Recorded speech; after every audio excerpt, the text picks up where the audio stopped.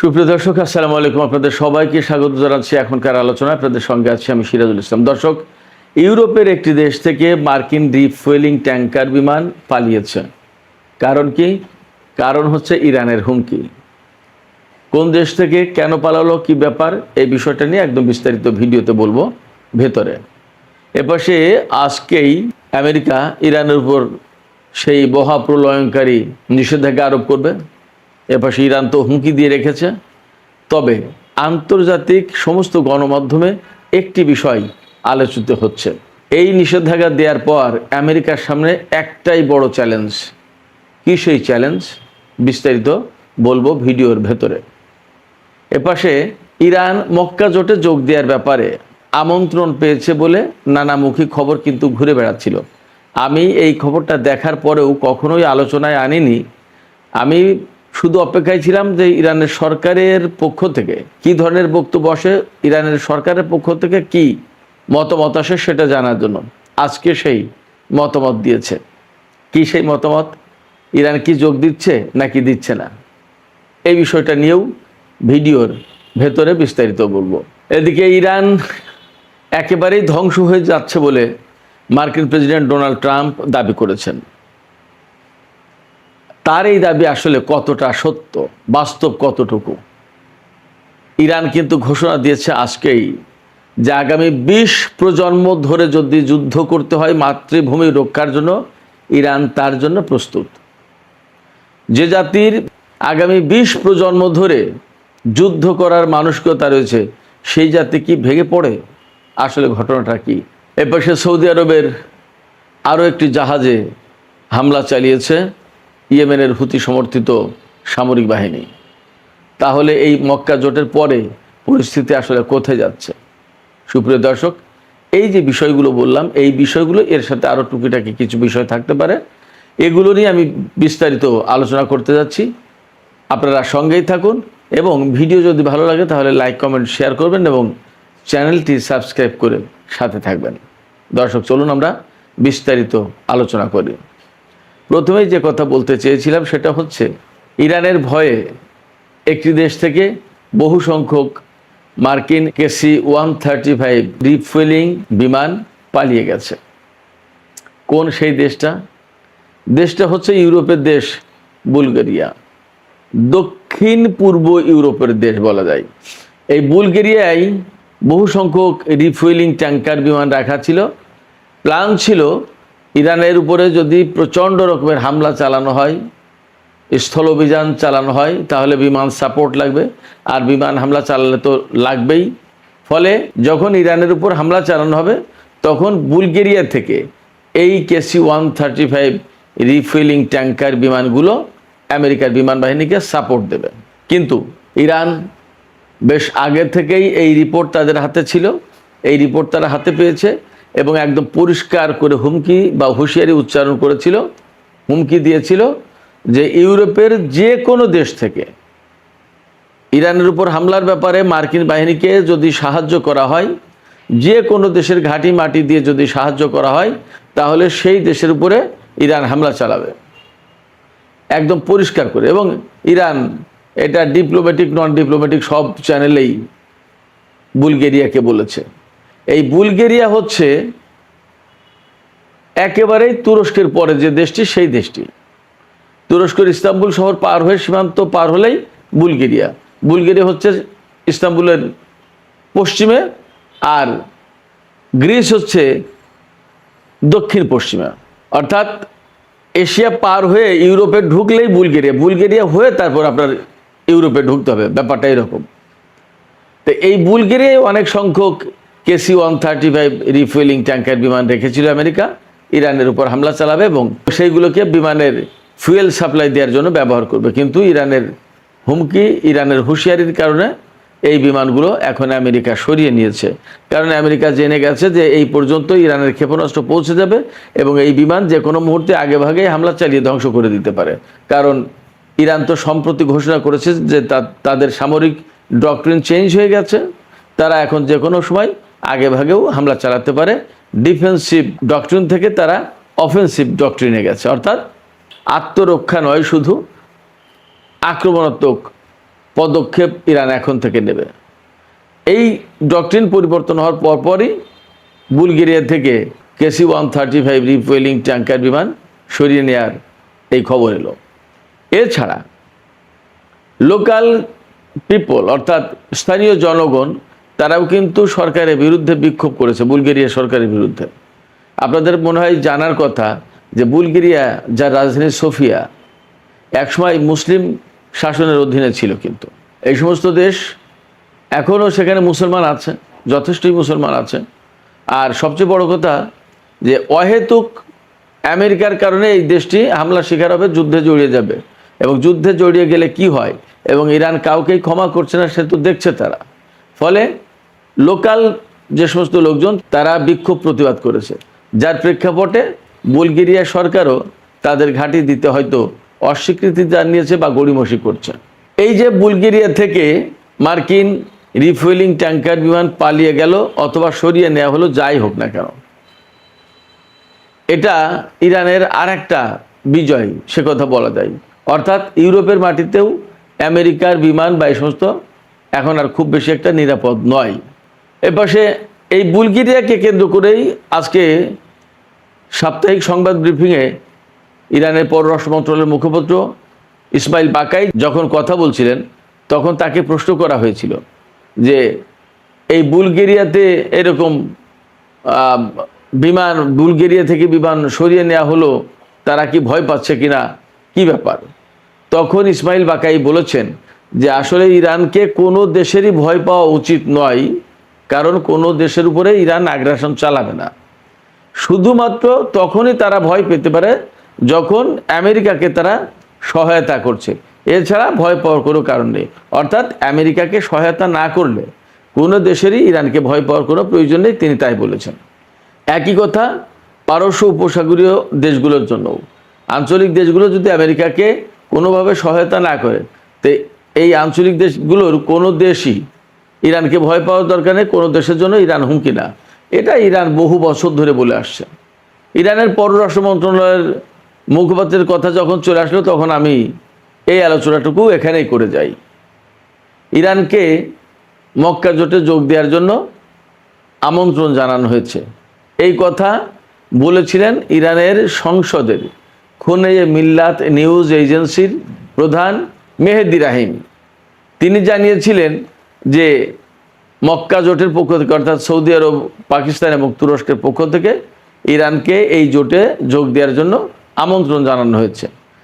এই বিষয়ে পররাষ্ট্র মন্ত্রণালয়ের মুখপাত্র ইসমাইল বাকাইকে জিজ্ঞেস করা হয় সাংবাদিকদের পক্ষ থেকে যে আসলে ইরানকে দাওয়াত দিয়েছে কিনা এই জোটে যোগ দেওয়ার জন্য, এবং ইরান এই জোটে যাচ্ছে কিনা, যোগ দিচ্ছে কিনা। তখন ইসমাইল বাকাই একেবারে ক্যাটাগরিক্যালি, একদম সুস্পষ্টভাবে বলেছেন যে না, এই জোটে যোগ দেওয়ার জন্য ইরানকে দাওয়াত দেওয়া হয়নি, ইরান দাওয়াত পায়নি। তবে এই তিন দেশের পক্ষ থেকে একটা আলোচনার প্রস্তাব দেওয়া হয়েছে, এবং সেই আলোচনার বিষয়টা ইরান বিবেচনা করছে। আলোচনার বিষয়টা কি? আঞ্চলিক শান্তি প্রতিষ্ঠার বিষয়ে আলোচনা। তুরস্ক এবং পাকিস্তান দুই দেশই কিন্তু ইরানের সীমান্তবর্তী দেশ, ইরানের সাথে সীমান্ত আছে। আর সৌদি আরবের সাথে সরাসরি ল্যান্ডের সীমান্ত না থাকলেও সমুদ্রের এপার ওপার, তো পারস্য উপসাগরের দক্ষিণে সৌদি আরব, আর ইরান হচ্ছে পারস্য উপসাগরের উত্তরে। জাস্ট পারস্য উপসাগরের এপার ওপার তো সৌদি আরব আর ইরানের অবস্থান।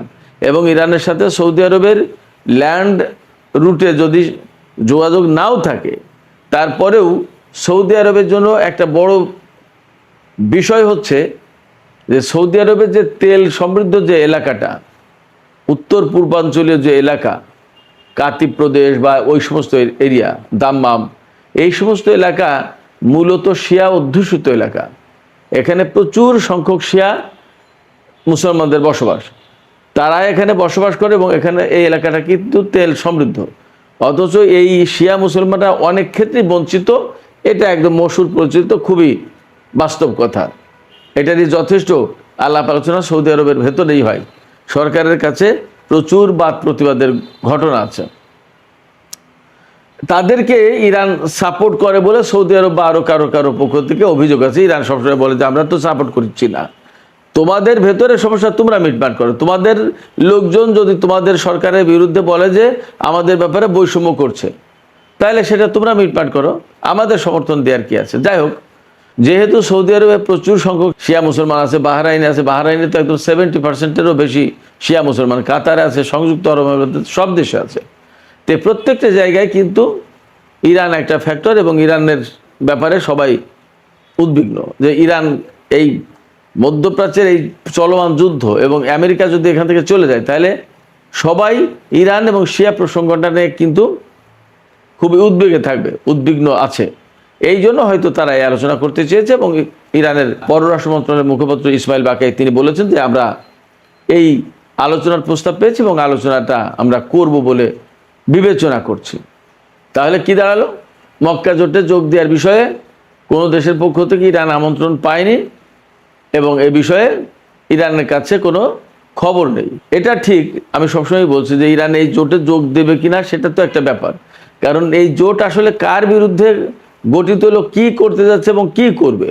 এই জোটে যোগ দেওয়ার পরে দেখা গেল যে ইরান এমন কোনো জায়গায় আটকে যাচ্ছে যেটা ইরানের জন্য বা ইরানের প্রক্সি ফোর্সের জন্য বা ইরান সমর্থিত বিভিন্ন গোষ্ঠীর জন্য ঝামেলার কারণ, তাহলে ইরান এখানে যোগ দেবে না। অনেক কিছু হিসাব নিকাশ আছে। এবং এ কথা ঠিক, ইরান এই বার্তায় দিচ্ছে সবাইকে বা সব সময় দিয়ে এসেছে যে ইরান কোনো আঞ্চলিক দেশের জন্য হুমকি না, আমরা আমাদের সমস্যার সমাধান করবো, এখানে বাইরের কোনো শক্তির দরকার নেই। আমেরিকা চলে গেলে যে ইরান কোনো দেশে আগ্রাসন চালাবে, ব্যাপারটা এমন না। এপাশে 24শে আগস্ট সোমবার আমেরিকার পক্ষ থেকে ইরানের বিরুদ্ধে কঠোরতম নিষেধাজ্ঞা আরোপ করা হবে এবং এ নিয়ে সারা বিশ্বে বেশ বড় রকমের জল্পনা কল্পনা আছে। এইরকম একটা প্রেক্ষাপটে ডোনাল্ড ট্রাম্প তার ট্রুথ সোশ্যালে পোস্ট দিয়েছেন যে ইরান একেবারে কমপ্লিটলি ধ্বংস হয়ে যাচ্ছে, একদম ধ্বংস হয়ে যাচ্ছে। ইরানের মূল্যস্ফীতি, মুদ্রাস্ফীতি এগুলো ঘটেছে, এগুলো তো আছেই, কিন্তু ইরান একেবারে ধ্বংস হয়ে যাচ্ছে। এই জায়গায় ব্যঙ্গ করে ইরানের সংসদের স্পিকার বাকের কলিবফ তিনি পোস্ট দিয়েছেন এক্সে যে মেক আমেরিকা হাংরি এগেইন, অর্থাৎ আমেরিকাকে আবার ক্ষুধার্ত বানাও। তার মানে হচ্ছে আমেরিকা চাপে পড়ছে, তেলের সংকটে, গ্যাসের সংকটে, তাদের অর্থনীতি সংকটে পড়ছে এবং $40 ট্রিলিয়ন উপরে চলে গেছে তাদের বিদেশি এবং অভ্যন্তরীণ ঋণ। সব কিছু মিলে আমেরিকা বিপদে পড়বে। ইরান এই সমস্ত মোকাবেলা করে অভ্যস্ত, কিন্তু হরমুজ প্রণালীতে আমেরিকা যদি কিছু করতে না পারে, শেষমেশ তাদেরকে খালি হাতে ফিরতে হবে, তখন কি করবে? এবং হরমুজ প্রণালী যদি ইরানের জন্য কমপ্লিটলি বন্ধ হয়ে যায়, তাহলে তো সব কিছু মিলে বাকের কলিবফ ডোনাল্ড ট্রাম্পকে ব্যঙ্গ করে বলেছেন make America hungry again. Donald Trump বলে থাকেন মেক আমেরিকা গ্রেট এগেইন, মাগা আন্দোলন। আর তার বিপরীতে কলিবফ অনেকটা মস্করা করে ব্যঙ্গ করে বলেছেন মেক আমেরিকা হাংরি এগেইন, আমেরিকাকে আবার ক্ষুধার্ত বানাও। এদিকে আমেরিকা যে ইকোনমিক ডুমসডে ঘোষণা করতে যাচ্ছে, ইরানের বিরুদ্ধে ব্যাপক নিষেধাজ্ঞা আরোপ করবে, এই ব্যাপারে আন্তর্জাতিক গণমাধ্যমগুলোতে ব্যাপকভাবে বিশ্লেষণ চলছে যে এই যে ডুমসডে হবে, এই যে নিষেধাজ্ঞা আরোপ করবে আমেরিকা, ডোনাল্ড ট্রাম্প, কিন্তু তার সামনে একটা অনেক বড় চ্যালেঞ্জ আছে। সেই চ্যালেঞ্জটা কি? সেই চ্যালেঞ্জটা আর কিছু না, সেই চ্যালেঞ্জটা শুধু চীন। অর্থাৎ চীন এই নিষেধাজ্ঞা মানবে কি মানবে না, এটা হচ্ছে ফ্যাক্টর। কারণ ইরানের শতকরা 80% তেল শুধু চীন একা নেয়, 80 থেকে 90% তেল। তো যদি চীন ইরান থেকে তেল নেওয়া অব্যাহত রাখে এবং নিষেধাজ্ঞা না মানে, আর চীন থেকে যদি বিভিন্ন ধরনের প্রোডাক্ট ইরান পায়, তাহলে তো আমি দেখি ইরানের বিরুদ্ধে নিষেধাজ্ঞা কার্যকর করার আর কোনো প্রয়োজনের প্রশ্নও নেই। এছাড়া বাকি তেল লোকাল যে সমস্ত প্রতিবেশী দেশ, নেইবারিং কান্ট্রি, এই সমস্ত জায়গায় তো বাকিটা দিয়ে দেওয়া যাবে। তাহলে এবং ইরান যে হুমকি দিয়েছে, এই হুমকিকে কে কীভাবে দেখবে? ইরান তো সোজাসাপটা বলেছে আমেরিকাকে যারা এই নিষেধাজ্ঞা বাস্তবায়নের ব্যাপারে সহযোগিতা করবে, তারা ইরানের শত্রু বলে গণ্য হবে, তাদের বিরুদ্ধে ব্যবস্থা নেওয়া হবে সামরিক উপায়ে, এবং তাদের জাহাজ হরমুজ প্রণালীতে চলতে পারবে না। আর আমেরিকা যেই নিষেধাজ্ঞা বাস্তবায়ন করছে, কার্যকর করতে যাচ্ছে, আমেরিকার ব্লকেড না সরিয়ে নিলে তাদের অবস্থা খারাপ হবে। ইরান তো সেটাও বলেছে। এই অবস্থায় যতই ডোনাল্ড ট্রাম্প ইরানের অবস্থা খারাপ, ধ্বংস হয়ে যাচ্ছে, কি করবে এটা সেটা যতই যাই বলুক, শুধু এখানে ছোট্ট একটা ইনফরমেশন দিই আপনাদেরকে, বাকি ইনফরমেশন আমি আলোচনা করব, এই প্রসঙ্গে আলোচনা করব টক উইথ সিরাজ ইনসাইটে আজকের রাতের ভিডিওতে। সেই ইনফরমেশনটুকুই এই যেটা দিতে চাইছি এখানে ছোট্ট করে, সেটা হচ্ছে আমেরিকাকে বাঁচানোর জন্য, ডোনাল্ড ট্রাম্পের রাজনীতি বাঁচানোর জন্য, ডোনাল্ড ট্রাম্পের ক্ষমতা বাঁচানোর জন্য পাকিস্তানের সেনাপ্রধানকে অনুরোধ করে ইরানে পাঠিয়েছেন যে আবার কূটনীতিতে ফিরিয়ে আনুন ইরানকে। ইরান আসবে? ইরান কি আসবে আলোচনার টেবিলে, কূটনীতির টেবিলে? এই আলোচনাটা আপনারা শুনবেন টক উইথ সিরাজ ইনসাইটের বিস্তারিত ভিডিওতে। আপনারা সবাই দেখেন কিনা জানি না, টক উইথ সিরাজ ইনসাইটে মূলত এশিয়া, দক্ষিণ এশিয়া এবং পূর্ব এশিয়া এই এলাকা নিয়ে আমাদের বাংলাদেশ প্রসঙ্গ, ভারত, পাকিস্তান এই সমস্ত নিয়ে থাকে। যেহেতু পাকিস্তানের পক্ষ থেকে সেনা প্রধান গিয়েছে এবং পাকিস্তানের এখানে একটা ভূমিকা আছে, এই জন্য আমি টক উইথ ইনসাইটের আলোচনায় ওই প্রসঙ্গ কথা বলবো। তো যাই হোক দর্শক, এখানে আমি আর অল্প একটু আলোচনা করে শেষ করতে চাই। ওই যে আমেরিকা ইরানকে একদম নিষেধাজ্ঞা দিয়ে ধ্বংস করে দিতে চেয়েছে, সেই ব্যাপারেই ইরানের পররাষ্ট্র মন্ত্রণালয়ের মুখপাত্র ইসমাইল বাকাই তিনি পরিষ্কার করে বলেছেন যে ইরান আগামী 20 প্রজন্ম ধরে দেশের জন্য, দেশ রক্ষার জন্য, মাতৃভূমি রক্ষার জন্য লড়াই করতে প্রস্তুত রয়েছে, যুদ্ধ করতে প্রস্তুত রয়েছে। অতএব এই জাতিকে আসলে হারানো খুব কঠিন ব্যাপার। আমি শেষ যে প্রসঙ্গটুকু আলোচনা করতে চাই সেটি হচ্ছে সৌদি আরবের ইয়ানবু বন্দর, লোহিত সাগরে ইয়ানবু বন্দরে একটি তেলবাহী জাহাজে আবার হামলা চালিয়েছে ইয়েমেনের হুতি সমর্থিত যোদ্ধারা, সামরিক বাহিনী, এবং এই হামলায় জাহাজটি বেশ ক্ষতিগ্রস্ত হয়েছে।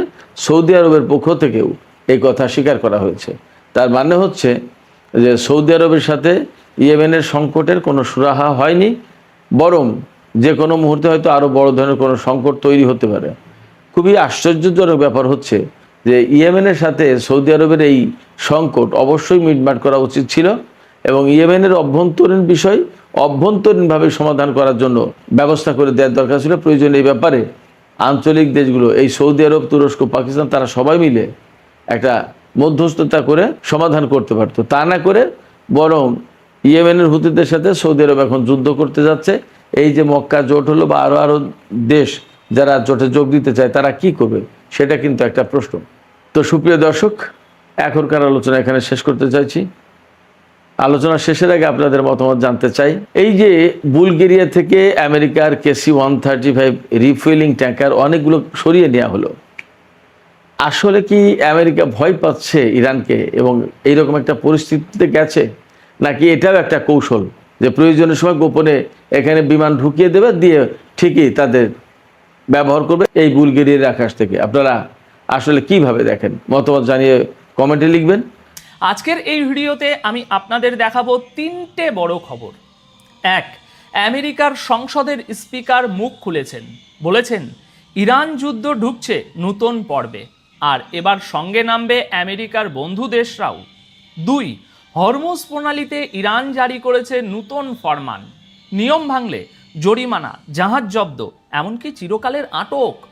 3, আজ রাতেই আসছে আমেরিকার নতুন স্যাংশনের তালিকা, আর তার আগেই ইরান বলে দিয়েছে প্রতিবেশীরা ওই যুদ্ধে নামলে এক ফোঁটা তেলও উপসাগর ছেড়ে বেরোবে না।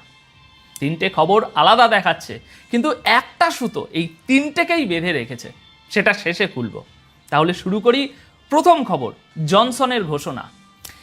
আমেরিকা কি সত্যি আর একটা যুদ্ধের দরজা খুলছে? প্রশ্নটা উঠছে একটা ইন্টারভিউ থেকে।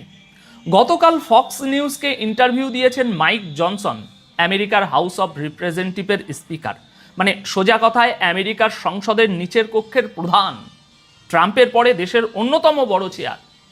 সেই চেয়ারে বসা মানুষটা বলেছেন ইরানের সঙ্গে যুদ্ধ খুব তাড়াতাড়ি ঢুকছে এক নতুন পর্বে, আর এই পর্বে আমেরিকা একা নয়, সঙ্গে নামবে আমেরিকার বন্ধু দেশরাও।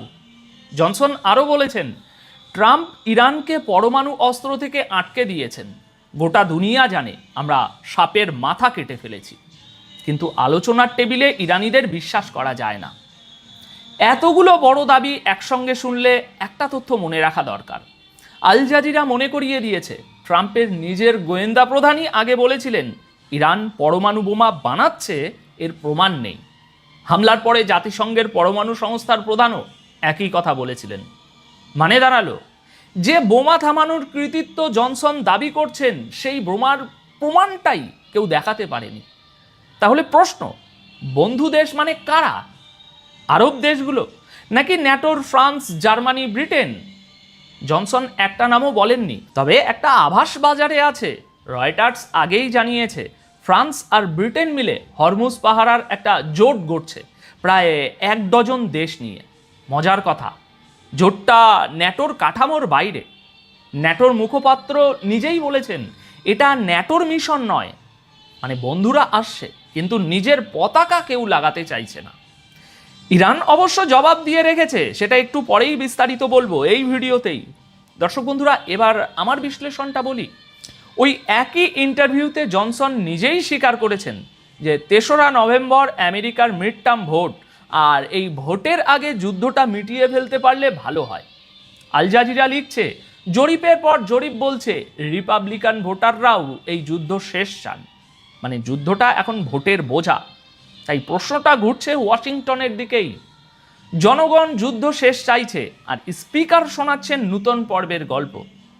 এটা কি সত্যি নূতন অভিযানের ছক, নাকি ভোটের আগে জোর দেখানোর চেষ্টা? সময় বলবে। এগিয়ে যাই। পরের খবরটা হরমুজের। যে প্রণালী নিয়ে এত যুদ্ধ, সেখানে ইরান এবার হাতে তুলেছে নূতন অস্ত্র। না, বন্দুক নয়, আইনের খাতা। গতকাল ইরানের পার্সিয়ান গালফ স্টেট অথরিটি নতুন ফরমান জারি করেছে। তাতে বলা হয়েছে ইরানের নিয়ম, যে জাহাজ ভাঙবে তার ভবিষ্যতের যাতায়াত বন্ধ, ভারী জরিমানা হবে, জাহাজ জব্দ হতে পারে, এমনকি চিরকালের জন্য আটকেও রাখা যাবে। আর কথাটা শুধু মুখের হুমকি নয়, অথরিটির ওয়েবসাইটে ঝুলছে একটা কালো তালিকা। নিউজ উইক লিখছে, তালিকায় এখন 46টা জাহাজ, 17টা দেশের পতাকা রয়েছে। শিপিং কোম্পানিদের বলা হয়েছে জাহাজ ভাড়া নেওয়ার আগে তালিকাটা মিলিয়ে নিন, আর তালিকার জাহাজকে কেউ সাহায্য করলে, মাঝ সমুদ্রে তেল সরানো, যে কোনো লেনদেন, তার নামও তালিকায় উঠবে। এখানেই শেষ নয়, গতকালই ইরানের সংসদের নিরাপত্তা কমিটি একটা খসড়া আইনে সায় দিয়েছে। অনুমতি পাওয়া জাহাজকে হরমুজ পারাপারে ইরানকে সার্ভিস ফি দিতে হবে। আর হরমুজের ছবিটা এখন কি, সংখ্যাটাও শুনে রাখুন। ব্রিটিশ নৌবাহিনীর সংস্থা UKMTOর হিসাব, হরমুজের জাহাজ চলাচল যুদ্ধের আগের চেয়ে প্রায় 90% কম।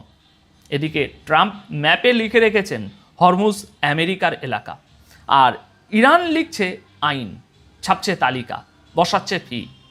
মানে দাঁড়ালো, একজনের দাবি টুইটে আর একজনের দাবি কাগজে কলমে। আমি যা বুঝছি, দখল আসলে কার মাপার একটা সহজ কাঁটা আছে। কে কার দরজায় কড়া নাড়ছে? ইরাক নিজের তেলের ট্যাঙ্কার পার করানোর অনুমতি চেয়েছে তেহরানের কাছে, ওয়াশিংটনের কাছে নয়। উত্তরটা ওখানেই আছে। এই তালিকা কয়টা দেশ মানে, সেটাই এখন দেখা। পরের খবরে এই লড়াইয়েরই আর একটা মাঠ, সেই মাঠটা টাকার। আজ রাতে ভারতীয় সময়ে ওয়াশিংটনের সংবাদ সম্মেলনে বসছেন আমেরিকার অর্থমন্ত্রী স্কট বেসেন্ট। ঘোষণা করবেন ইরানের বিরুদ্ধে নতুন স্যাংশনের তালিকা। তার নিজের ভাষায়, ইতিহাসের সবচেয়ে কড়া স্যাংশন। মনে রাখুন, ইরানের ঘাড়ে এর মধ্যেই 6000-এর বেশি স্যাংশন ঝুলছে, তার উপরে আজ এই নতুন তালিকা। কিন্তু তালিকা বেরোনোর আগেই তেহরান থেকে জবাব চলে এসেছে। ইরানের সর্বোচ্চ নিরাপত্তা পরিষদের নতুন সচিব মোহসেন রেজাই রাষ্ট্রীয় টিভিতে বলেছেন, আশেপাশের কোনো দেশ আমেরিকার এই অর্থনৈতিক যুদ্ধে যোগ দিলে ইরান তাকে শত্রু ধরবে। আর তার পরের লাইনটা শুনুন, যোগ দিলে 1 ফোঁটা তেলও পারস্য উপসাগর হরমুজ ছেড়ে বেরোবে না। শুধু তাই নয়, তেল রপ্তানির অন্য রুটগুলোও নিশানায় থাকবে। IRGCর মুখপাত্রও আজ মুখ খুলেছেন, বলেছেন আমেরিকা বোমা ছেড়ে টাকার যুদ্ধে নেমেছে। এটাই সামরিক ব্যর্থতার নীরব স্বীকারোক্তি। কথাটা ইরানির রাষ্ট্রীয় সূত্রের, সেটা মাথায় রাখুন। কিন্তু প্রশ্নটা থেকেই যায়, 5 মাস বোমা ফেলার পর লড়াইটা ব্যাংকের খাতায় নেমে এসেছে কেন? আজ রাতের তালিকার সবচেয়ে বড় প্রশ্ন একটাই, চীনা ব্যাংকের নাম থাকবে কি? চীন ইরানের সমুদ্রপথের তেলের 80% বেশি কেনে, আর সেপ্টেম্বরের শেষে শি জিনপিং যাচ্ছেন হোয়াইট হাউসে। নাম থাকলে সেই সফর কাঁপবে, না থাকলে বোঝা যাবে। সবচেয়ে কড়া তালিকাটাও চীনকে ঘাঁটাতে সাহস পায়নি। এবার চটপট কয়েকটা খবর। দর্শক বন্ধুরা, ইরানের প্রেসিডেন্ট পেজিশিয়ান বলেছেন, ইরান এখন পুরো দস্তুর অর্থনৈতিক, সামরিক, নিরাপত্তার যুদ্ধের মধ্যে আছে। তবে অর্থনীতি ভেঙে পড়ার মার্কিন ভবিষ্যৎবাণী তিনি উড়িয়ে দিয়েছেন। এদিকে তেলের বাজারে ব্র্যান্ড ক্রুড অয়েল বর্তমানে ঘুরছে ব্যারেল প্রতি প্রায় $94, গত 1 মাসের সর্বোচ্চ স্তরে। আর আমেরিকার নৌবাহিনীতে বড় বদল, 9 মাস টানা সমুদ্রে থেকে দেশে ফিরেছে এয়ারক্রাফট ক্যারিয়ার আব্রাহাম লিঙ্কন, সেই জায়গায় এসেছে জর্জ ওয়াশিংটন। 9 মাস একটা রণতরীর পক্ষে অস্বাভাবিক লম্বা সময়। মানে এই যুদ্ধ আমেরিকার নৌবাহিনীরও ধৈর্যের পরীক্ষা নিচ্ছে। তাহলে দর্শক বন্ধুরা, আজকের এই 3টে খবর এবার একটু পাশাপাশি রাখুন। জনসন টিভিতে শোনাচ্ছেন নতুন পর্বের কথা, এদিকে ইরান ওয়েবসাইটে ছাপছে আইন আর তালিকা, আর বেসেন্ট আনছেন স্যাংশনের কাগজ। 3 জায়গাতেই অস্ত্র এখন বোমা নয়, কাগজ। 5 মাস আগে এই যুদ্ধ শুরু হয়েছিল বোমা দিয়ে, আজ দুপক্ষই লড়ছে খাতা কলমে। এখন যে যুদ্ধ বোমায় শেষ হয়নি, সেটা কাগজে শেষ হবে, এটা বিশ্বাস করা কঠিন। তাই সামনের কয়েকদিন 2টো জিনিসে নজর রাখুন। 1, আজ রাতে বেসেন্টের তালিকায় চীনা ব্যাংকের নাম থাকে কিনা। 2, জনসনের বন্ধু দেশের মধ্যে কেউ প্রকাশ্যে মুখ খোলে কিনা, একটা দেশও নাম তাদের লেখায় কিনা। আমার হিসাব বলছে নভেম্বরের ভোটের আগে ওয়াশিংটন বড় মাঠের যুদ্ধে যাবে না, কাগজের যুদ্ধটাই চলবে। এখন আপনার কি মনে হয়, জনসনের জোটে কোন দেশ সত্যি আগে নাম লেখাবে? আপনার মতটা কমেন্টে লিখুন।